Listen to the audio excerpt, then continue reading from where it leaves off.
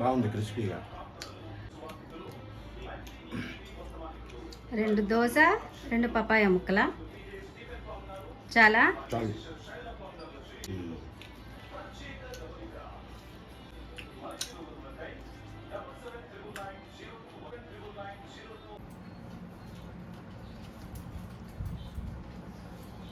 Okay bye.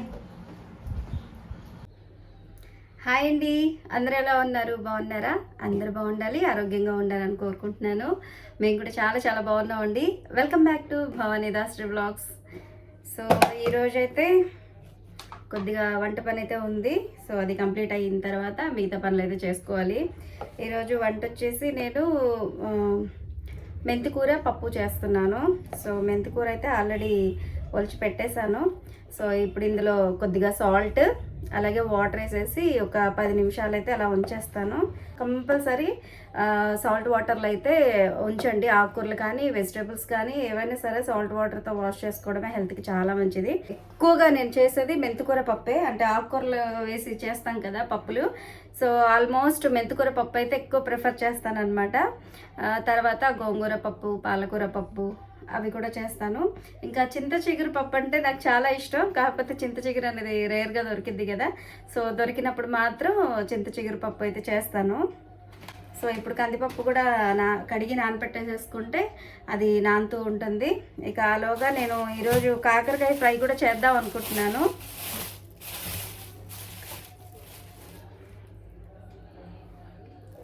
బాగున్నాయి, చాలా ఫ్రెష్గా ఉన్నాయి. ఇప్పుడు కాకరకాయ ఫ్రై కూడా చేసేస్తాను. నేను కాకరకాయ ఫ్రై ప్రాసెస్ మన ఛానల్లో పెట్టానండి. ఒక 2 రకాల ప్రాసెస్ అయితే పెట్టాను. సో ఈరోజు గుత్తి కాకరకాయ చేసేంత టైం అయితే లేదు, కొద్దిగా వర్క్ అయితే ఉంది, స్టిచ్చింగ్ వర్క్. సో అందుకని వీటిని రౌండ్గా కట్ చేసేసి ఉప్పు పసుపు వేసేసి చక్కగా ఉడకపెట్టేసి తర్వాత ఆయిల్లో ఫ్రై చేసి ఎండుమిర్చి, ధనియాలు, ఎండు కొబ్బరి, జీలకర్ర, వెల్లుల్లిపాయలు అవన్నీ కూడా మిక్సీ పట్టేసి పౌడర్ వేసేసి కలిపేస్తాను అనమాట. సో బాగుంటుందండి కాకరకాయ ఫ్రై. ఈ కప్పు ఉంది కదా, ఇది వచ్చేసి చిన్నది టీ కప్ లాంటిది అనమాట. దీంతో ఒక 2 కప్పులు వేస్తే సరిపోతుంది మాకు. కందిపప్పు వేసాను కదా, దానికి ఇంత చింతపండు సరిపోతుందండి. ఇప్పుడు కరెక్ట్గా ఇలా బాల్ లాగా చేస్తే ఒక చిన్న నిమ్మకాయ సైజు అనమాట. సో ఈ చింతపండు అయితే సరిపోతుంది. చింతపండు కూడా కడిగేసి పప్పులో అయితే వేసేస్తాను. కంపల్సరీ కడగాలండి, ఇందులో ఇసుక అవన్నీ ఉంటాయి. కందిపప్పు కడిగేసాను, కనిపిస్తుందా? కందిపప్పు అయితే కడిగేసాను. తర్వాత చింతపండు వేసాను. ఇప్పుడు ఇందులో ఒక 2 కానీ 3 కానీ టమాటాలు, అలాగే ఒక 4-5 పచ్చిమిర్చి లేదంటే 6 పచ్చిమిర్చి అయితే వేస్తాను. అంటే ఆకుకూర పప్పులు చేసేటప్పుడు ఏంటంటే కారం కన్నా కూడా పచ్చిమిర్చి వేస్తే టేస్ట్ అనేది బాగుంటుంది అనమాట. అలాగే చూడడానికి కూడా బాగుంటుంది. అలాగే ఒక ఆనియన్ అయితే వేస్తాను. ఈ సైజ్ ఆనియన్ అయితే సరిపోతుంది. ఇలాగా ఒక 4 ముక్కలు చేసేసి వేసేస్తున్నాను. ఈ సైజ్ టమాటాలు ఒక 3 అయితే వేస్తున్నాను. బాగా పండిన టమాటాలు అనమాట. ఇవి కూడా మరి చిన్న చిన్న ముక్కలు కట్ చేయాల్సిన అవసరం లేదండి. ఒక్కొక్క టమాటాని 4 ముక్కలు చేసేసి వేస్తే సరిపోతుంది. కుక్కర్లోనే వేస్తున్నాం కాబట్టి తొందరగానే ఉడికిపోతాయి. ఇన్ని పచ్చిమిర్చి వేస్తున్నానండి, కొద్దిగా స్పైసీగా ఉన్నాయి ఇవి. ఆకుకూర పప్పులు చేస్తాం కదా, అంటే గోంగూర పప్పు, పాలకూర పప్పు, చుక్కకూర పప్పు ఇలా చేస్తాం కదా. సో వీటిలో ఎండు కారం అంటే మసాలా కారం కన్నా కూడా పచ్చిమిర్చి ఎక్కువగా వేసుకుని చేసుకుంటే టేస్ట్ బాగుంటుంది. అలాగే చూడడానికి కూడా బాగుంటుంది అనమాట. చక్కగా గ్రీన్గా బాగుంటుంది పప్పు. సో ఈరోజైతే నేను పచ్చిమిర్చి ఒక 5-6 అయితే వేసానండి. ఇవి కొంచెం స్పైసీగా ఉన్నాయి. సో ఈ పప్పు క్వాంటిటీకి ఇవి అయితే సరిపోతాయి. వాటర్లో వేసి పెట్టుకున్నాను కదా మెంతికూర. సో ఇది నీట్గా ఒక 2 సార్లు వాష్ చేసేసుకొని తర్వాత ఇది కూడా వేసేస్తాను. ఇలా పెద్ద మెంతికూర కన్నా కూడా చిన్న ఉంటాయి కదా, జస్ట్ ఒక 2 లీవ్స్ ఉంటాయి. సో అదైతే ఇంకా బాగుంటుంది. అది దొరకలేదంట. సో ఇది ఉందని చెప్పి ఇదే తీసుకొచ్చారనమాట. నీట్గా వాష్ చేసేసి పప్పులో వేసేసి కొద్దిగా వాటర్ వేసేసి నేను పక్కన పెట్టేస్తాను, నానిపోతుంది. పప్పు ఎప్పుడైనా కూడా ఎంత ఎక్కువసేపు నానబెట్టి చేస్తే అంత టేస్టీగా ఉంటుంది. ప్లస్ మనకి గ్యాస్ కూడా ఫామ్ అవ్వదండి. చాలామంది పప్పుని ఫ్రై చేస్తే కూడా ఆ గ్యాస్ ఫామ్ అవ్వదు అని చెప్పి అంటారు. అది ఎంతవరకు కరెక్టో నాకైతే తెలియదు. కానీ కందిపప్పు కానీ పెసరపప్పు కానీ ఇలాగా పప్పులతో మనం ఏది చేసుకున్నా కూడా అది ఎంత ఎక్కువసేపు నానబెడితే మనకి అంత గ్యాస్ ఫామ్ అవ్వకుండా ఉంటుంది. కాకరకాయలు కట్ చేసి అవి స్టవ్ మీద పెట్టేలోపు పప్పు కూడా నానిపోతుంది కదా. సో ఆ తర్వాత ఈ రెండు కూడా ఒకేసారి స్టవ్ మీద పెట్టేస్తాను. ఇప్పుడు ఇదైతే ముందు వాష్ చేసేసుకుందాం. నీట్గా వాష్ చేసేసాను. ఇప్పుడు ఇది ఇందులో పప్పులో వేసేస్తాను. మెంతికూర అయితే వేసాను కదా. ఇప్పుడు అందులో 1/2 టేబుల్ స్పూన్ కారం వేస్తాను. అలాగే ఒక 1/2 టేబుల్ స్పూన్ పసుపు వేసేస్తాను. ఒక 1/2 టేబుల్ స్పూన్ పసుపు వేస్తున్నాను. జస్ట్ కొంచెం లిటిల్ బిట్ ఒక 1/2 టేబుల్ స్పూను కారం వేసాను. ఇప్పుడు ఇందులో అన్నీ వేసేసానండి. కొద్దిగా వాటర్ వేసేసి నానబెట్టేస్తాను. ఆకుకూర పప్పు అవి చేసేటప్పుడు నీళ్ళు ఎక్కువ వేసేస్తే మరీ బాగోదండి. అలానే మరీ తక్కువ వేయకూడదు, గట్టిగా అయిపోతుంది. కరెక్ట్గా వేయాలి. సో ఇప్పుడు ఈ కుక్కర్ ఉంది కదా, ఈ కుక్కర్లో జస్ట్ ఆ పప్పు మునిగే వరకు మాత్రమే వాటర్ అయితే వేసాను. ఇలాంటి కుక్కర్స్లో అంటే ఇన్నర్ లిడ్ ఉన్న కుక్కర్స్ ఉంటాయి కదా. సో వాటిలో ఏంటంటే మనం ఎంత వాటర్ పోస్తే అంత వాటర్ అలాగే ఉండిపోతుందండి, ఎన్ని విజిల్స్ వచ్చినా కూడాను. అదే అవుటర్ లిడ్ కుక్కర్ అనుకోండి, దాంట్లో ఇప్పుడు మనము ఇంత క్వాంటిటీ వాటర్ వేసామనుకోండి, అది ఒక 3 విజిల్స్ వచ్చిన తర్వాత ఇంత తగ్గిపోతుంది అనమాట. అవుటర్ లిడ్ కుక్కర్స్ కన్నా కూడా ఇలాగ ఇన్నర్ లిడ్ కుక్కర్స్ అయితేనే బాగుంటాయండి. వీటితో కంప్లైంట్స్ కూడా ఎక్కువ రావు. అంటే ఇప్పుడు అవుటర్ లిడ్ కుక్కర్ అనుకోండి, దానికి గ్యాస్ కట్టిపోతుంది, చాలా తొందరగా రిపేర్లు అయితే వస్తాయి. వీటికైతే అలాంటి ప్రాబ్లమ్స్ అయితే రావండి. గ్యాస్ దాన్ని ఏమంటారు, గ్యాస్ కట్టర్ కూడా చాలా సన్నగా ఉంటుందన్నమాట, చిన్న ఒక వైర్ లాగా. సో దానివల్ల అయితే పెద్ద ప్రాబ్లం అయితే ఉండదు. వాష్ చేసుకునేటప్పుడు కూడా పెద్ద ప్రాబ్లం అయితే ఉండదు. సో ఇందులో అయితే నేను కరెక్ట్గా ఈ ఆకుకూర పప్పు మునిగే వరకు మాత్రమే వాటర్ వేసాను. సో ఇది ఒక అరగంట నానింది అనుకోండి, చక్కగా క్వాంటిటీ కూడా ఎక్కువ వస్తుంది. సో పప్పు ప్రాసెస్ అనేది అందరికీ తెలుసు, కాకపోతే నేను ఎలా చేస్తాను అనేది మాత్రమే చూపిస్తున్నాను. సో ఇప్పుడు ఇందులో కంప్లీట్గా అన్నీ వేసేసానండి. అలాగే కొద్దిగా ఆయిల్ కూడా వేస్తాను. ఉడికేటప్పుడు ఆయిల్ వేస్తే టేస్ట్ కొంచెం బాగుంటుంది.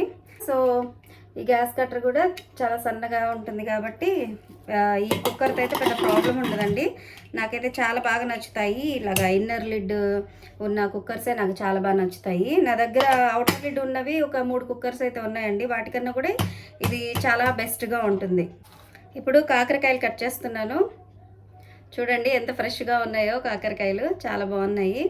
సో వీటికి ఈ పైన ఈ లేయర్ అయితే నేను తీయరండి, సేమ్ యాజ్ ఇట్ ఈజ్ ఇది ఎలా ఉందో అలాగే ఈ జస్ట్ ఈ కొంచెం ఫస్ట్ స్టార్టింగ్ అలాగే ఇది మాత్రమే కట్ చేసేసి ఒకసారి నీట్గా వాష్ చేసేసుకొని తర్వాత అందులో కొద్దిగా వాటర్ ఉప్పు వేసేసి ఉడకబెట్టేసుకుంటాను. ఈ సైజ్ అయితే సరిపోతాయండి, మరి సన్నగా కట్ చేస్తే బాగోవు. ఈరోజు ఒక 2 బ్లౌజులు ఉన్నాయండి, కట్ చేసి కుట్టాలి. ఈచ్ కూడా దగ్గర ఒక 4-5 డేస్ అయితే అవుతుంది. నేను చెప్పానులేండి కొంచెం లేట్ అవుతుంది అని చెప్పాను. సో ఇచ్చేసారనమాట. బ్లౌజులు ఇచ్చినప్పుడే పాపం మనీ కూడా ఇచ్చేసారు. నేనే కొద్దిగా లేట్ చేశాను, మనీ ఫోన్పే చేసేసారనమాట. సో ఈరోజైతే ఎట్లయినా సరే అవి కట్ చేసి కుట్టేసేయాలి. కాకరకాయ చూడండి బాగాలేదు. Chicken biryani, chicken pulao, mutton biryani అవన్నీ తొందరగా అవుతాయి. కానీ ఈ కాకరకాయ ఫ్రై, దొండకాయ ఫ్రై ఇవి మాత్రం అవ్వవండి తొందరగా. కటింగ్ దొండకాయ అయితే మరీ దారుణం. కట్ చేయడము లేటే, అది ఉడకడము లేటే. అది తేవడం అయితే తీసుకొస్తారు కానీ ఫార్మాలిటీకి మా వారు అది ఫ్రై చేస్తే మాత్రం మా వారు కానీ మా అబ్బాయి కానీ అంత ఇంట్రెస్ట్గా తినరనమాట. తీసుకురావడం మాత్రం తీసుకొస్తారు. దొండకాయ ఫ్రై తినరు అని అనుకుంటే కనుక అవి కట్ చేసేసి టమాటాలు పచ్చిమిరపకాయలు కొద్దిగా ఎక్కువగా వేసేసి పచ్చడి చేసేస్తాను. ఈవెన్ వంకాయలు ఉన్నా సరే కొన్ని వంకాయలు వేసేసి టమాటా పచ్చడి అయితే చేసేస్తాను. అవి వండినప్పుడు తినలేదనుకోండి, ఇలా చట్నీలు చేసేస్తే తింటారు వాళ్ళే. కూర కానీ ఫ్రై కానీ ఏదైనా చేసామంటే పేర్లు పెడతా ఉంటారు కదా, అలా ఉంది ఇలా ఉంది అని చెప్పి. సో అలాంటప్పుడు ఇట్లాగా పచ్చడిలో మిక్స్ చేసామనుకోండి, పచ్చడి అంటే కంపల్సరీ తింటారు, ఇద్దరు తింటారు పచ్చడి. కాకరకాయలు కటింగ్ అయితే అయిపోయిందండి. ఈ బౌల్లో వేసేసాను. ఇందులో కొద్దిగా వాటర్ వేసేసి ఉప్పు పసుపు వేసి ఉడికించేయాలి. ఓవర్గా కుక్ చేయకుండా ఒక 70% ఉడికితే చాలు కాకరకాయ. మరి ఓవర్గా కుక్ అయ్యాయి అనుకోండి, ఫ్రై చేసేటప్పుడు మ్యాష్ అయిపోతాయి అన్నమాట. సో ఇప్పుడు కాకరకాయలు అయితే స్టవ్ మీద పెట్టేస్తాను. ఇదిగోండి ఎండు కొబ్బరి, అలాగే ఎండుమిర్చి. ఈ కాకరకాయ ఫ్రైకి వచ్చేసి కొద్దిగా ఎండు కొబ్బరి అంటే ఒక హాఫ్ చెక్క ఎండు కొబ్బరి అయితే సరిపోతుంది. ఎండు కొబ్బరి, అలాగే ఎండుమిరపకాయలు ఒక ఒక 10 ఎండుమిరపకాయలు, ధనియాలు, జీలకర్ర, అలాగే వెల్లుల్లిపాయలు, ఇవన్నీ కూడా పౌడర్ చేసి పెట్టుకోవాలి. సో కాకరకాయలు ఉడికిన తర్వాత వాటిని అందులో ఉన్న వాటర్ కొంచెం పిండేసేసి ఆయిల్లో ఫ్రై చేసుకున్న తర్వాత ఇప్పుడు మనం రెడీ చేసుకున్న ఈ పౌడర్ వేసేసుకుంటే కాకరకాయ ఫ్రై అయితే రెడీ అయిపోతుంది. నేను ఎండుమిర్చి, ఎండు కొబ్బరి ఇవన్నీ కూడా ఫ్రిడ్జ్లోనే పెట్టేస్తానండి. బయట పెట్టామనుకో ఆ లోపలంతా కూడా ఒక బూజులాగా వచ్చేస్తుంది. సో అందుకని నేను ఎండుమిర్చి, ఎండు కొబ్బరి కూడా ఫ్రిడ్జ్లోనే పెట్టేస్తాను. అలాగే మైదా, బొంబాయి రవ్వ, గోధుమ పిండి కొద్దిగా ఎక్స్ట్రా ఉన్నా కూడా గోధుమ పిండి, మైదా పిండి, ఇంకా శనగపిండి ఇవన్నీ కూడా ఫ్రిడ్జ్లోనే పెట్టేస్తాను. మైదా పిండి అవన్నీ అసలు మైదా అయితే చాలా రేర్ అనుకోండి, 99% మైదా యూస్ చెయ్యను. ఎప్పుడో అవసరం పడిద్ది అనుకుని ఒక ప్యాకెట్ తెస్తాం కదా, ఒక పావు కేజీ ప్యాకెట్ అట్లాగా. అందుకని అలాంటివన్నీ కూడా నేను ఫ్రిడ్జ్లోనే స్టోర్ చేసేస్తాను. ఫ్రిడ్జ్లో పెడితే ఏంటంటే ఎక్కువ రోజులు నిల్వ ఉంటాయండి. అంటే ఇప్పుడు మైదా కానీ, లేదంటే ఇప్పుడు ఎండు కొబ్బరి ఉంది, ఎండు కొబ్బరి బయట పెట్టేసామంటే అది ఆ లోపలంతా కూడా ఒక గ్రీన్ కలర్ ఫంగస్ వచ్చేస్తుంది కదా. సో అలాంటివి రాకుండా నీట్గా ఫ్రెష్గా ఉంటాయి. ఎండుమిర్చి కూడా చూడండి, అసలు ఇలా విరిస్తే ఇలా విరిగిపోతాయి అనమాట చక్కగా. అదే బయట పెట్టేస్తే మెత్తపడిపోయి లోపలంతా ఒక బూజులాగా ఫామ్ అవుతుంది. ఎండు కొబ్బరి వచ్చేసి ఒక హాఫ్ చెక్క అయితే తీసుకుంటాను, హాఫ్ సరిపోతుంది. ఫ్రిడ్జ్లో పెట్టాను కదా, కాసేపు బయట ఉంచేస్తే రూమ్ టెంపరేచర్కి వచ్చిన తర్వాత నేను దీన్ని కట్ చేసి అందులో వేసేస్తాను. ఇదిగోండి ఇంత ఇంత విరిగిపోయింది ఇంత ఈ 2 ముక్కలు అయితే వేస్తాను ఇప్పుడు. ఇవైతే అసలు చాలా బాగున్నాయండి క్లీన్ చేసుకోవడానికి. నేను ఆల్రెడీ దీని గురించి చెప్పాను కదా. సో ఇలా రోలర్ ఉంటుంది టిష్యూ పేపర్ లాగా. సో దీన్ని నీట్గా మనకి ఎంత కావాలో అంత కట్ చేసేసుకొని స్టవ్ క్లీన్ చేసుకోవడానికి, లేదంటే కిచెన్ కౌంటర్ క్లీన్ చేసుకోవడానికి, లేదు ఏదైనా వస్తువులు తుడుచుకోవడానికి వాటికి చాలా బాగుంటుంది. చక్కగా వాషబుల్ అనమాట. స్టవ్ అవి క్లీన్ చేసుకున్న తర్వాత దీన్ని నీట్గా వాష్ చేసేసుకోవచ్చు. చాలా అంటే చాలా బాగున్నాయండి. అసలు ఇవి 2 బుక్ చేశాను ఆన్లైన్లో, చాలా రోజులు వచ్చింది. అసలు ఈ పాటికి మామూలుగా టిష్యూ పేపర్స్ అయితే ఎవ్రీ మంత్ టిష్యూస్ వచ్చేసి ఒక 4 ప్యాకెట్స్ అలా తీసుకునేదాన్ని అనమాట. స్టవ్ అవి క్లీన్ చేసుకోవడానికి, ఎమర్జెన్సీగా ఏమైనా తుడుచుకోవడానికి వాటికి. క్లీన్ చేసుకున్న తర్వాత నీట్గా అప్పటికప్పుడు వాష్ చేసేసుకోవచ్చు. కొంచెం విమ్ లిక్విడ్ కానీ, లేదంటే సోప్ లిక్విడ్ ఏమైనా వేసేసి నీట్గా వాష్ అయితే చేసేసుకోవచ్చు అనమాట. సో అందుకని నేను ఇవైతే తీసుకున్నాను. చాలా అంటే చాలా బాగా యూజ్ అవుతున్నాయి. సో మీరు ఎవరన్నా అంటే ఇప్పుడు స్టవ్ క్లీన్ చేసుకోవడానికి వాటికి క్లాత్స్ అవి వాడే వాళ్ళైతే ఇదైతే డెఫినెట్గా ట్రై చేయండి. ఆ క్లాత్ ఏంటంటే తొందరగా స్మెల్ వచ్చేస్తుందండి. మనం అవి అంటే జిడ్డు అవన్నీ ఉంటాయి కదా స్టవ్ మీద. సో అవన్నీ క్లీన్ చేసిన తర్వాత క్లాత్ అనేది తొందరగా స్మెల్ వచ్చేస్తుంది అవి వాష్ చేయడం లేట్ అయితే. సో ఇలాంటివి అయితే డెఫినెట్గా ట్రై చేయండి. చాలా రోజులు వస్తుందండి. ఇదైతే డెఫినెట్గా తీసుకోమనే చెప్తాను. మెంతికూర పప్పు చేస్తున్నాను కదా, సో అది కడిగేసి ఇలాగా స్టవ్ మీద పెట్టేశాను. అందులో టమాటా, పచ్చిమిర్చి అవన్నీ వేసేసి స్టవ్ మీద పెట్టాను. ఇప్పటికి ఒక 20 మినిట్స్ అయితే అయిందండి. ఇంకొక 10 మినిట్స్ నానిన తర్వాత నేను స్టవ్ అయితే ఆన్ చేస్తాను. అలాగే ఇక్కడ వచ్చేసి కాకరకాయ ఉడకపెడుతున్నాను కదా, సో ఇదైతే బాయిల్ అవుతుంది. ఒక 70% ఉడికితే సరిపోతుందండి. తర్వాత దాన్ని తీసేసి చల్లారిన తర్వాత వాటర్ అన్నీ కూడా పిండేసి నూనెలో వేసేసి ఫ్రై చేసుకుంటే మనకి కాకరకాయ ఫ్రై అయితే రెడీ అయిపోతుంది. సో ఈ ప్రాసెస్ అంతా కంప్లీట్ అయిన తర్వాత నేను మళ్ళీ అవన్నీ చూపిస్తాను.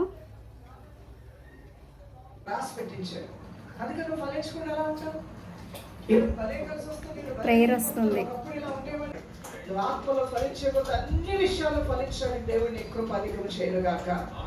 దేవుని చిత్తమైతే అన్నచు గురించి తెలిసానట్లుగా ఆయన నీకు ఇవ్వటం ప్రారంభిస్తాడు. పప్పు, కాకరకాయ 2 కూడా స్టవ్ మీద పెట్టేశానండి. అవి ఉడుకుతూ ఉన్నాయి.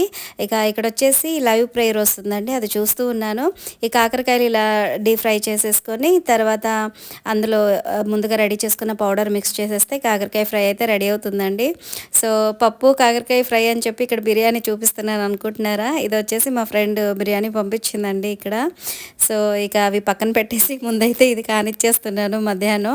సో అవి ఈవినింగ్ తినొచ్చులే అని చెప్పి ఇక మధ్యాహ్నం నేను మా వారైతే బిర్యానీ తింటున్నాం అనమాట. అంటే కరెక్ట్గా లంచ్ స్టార్ట్ చేసే టైంకి కాల్ చేసిందనమాట, నేను బిర్యానీ పంపిస్తున్నాను అని చెప్పి. సో ఇక అందుకని బిర్యానీ వచ్చిన తర్వాత అదే తినేసాము నేను మా వారైతే. సో ఇదండి ఈరోజు వ్లాగ్. ఐ హోప్ మీకు నచ్చిందని అనుకుంటున్నాను. మీకు నచ్చినట్లయితే తప్పకుండా లైక్ చేయండి, షేర్ చేయండి, కామెంట్ చేయండి. అలాగే తప్పకుండా ఛానల్ని సబ్స్క్రైబ్ చేసుకోండి. మరొక మంచి వ్లాగ్తో మళ్ళీ కలుద్దాం. Thanks for watching.